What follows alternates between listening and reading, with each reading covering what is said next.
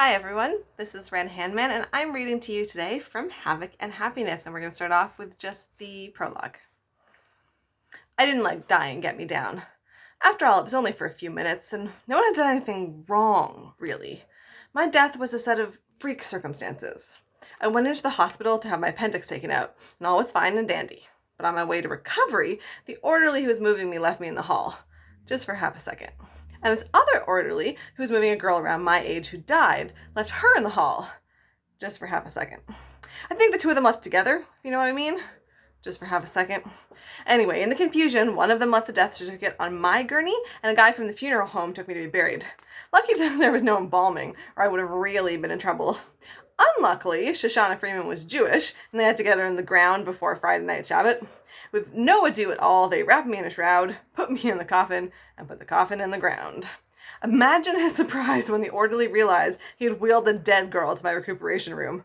Poor guy. There was a bunch of panic and running around and people shouting at each other. Or so I imagine, given that I was suffocating in a coffin at the time, until they finally figured out where I might have ended up and hurried to the cemetery. They say the longest you can survive in a coffin is about 4 hours, and I was empty there for 5. The weirdest part is, as soon as they opened the lid, I gasped and started to breathe again. They didn't need to resuscitate me. No CPR, no defibrillator. It might not have been the strangest part of what happened, but it was up there.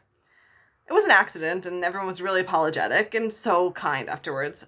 I didn't want to sue, but it was complicated. An insurance company got involved, and before I knew it, my foster parents told me I had $11 million. 7 from the hospital and 4 from the funeral home.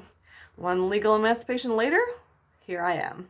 So you see, dying didn't go too badly. It was only for a few minutes, and now I have my whole future ahead of me. And if I dream sometimes of being in the dark, I don't mind. Eventually, I always see the light. That's the little preview for Havoc and Happiness. It is a queer, fun, paranormal, monster hunting YA book, and you can get it on all the major online retailers.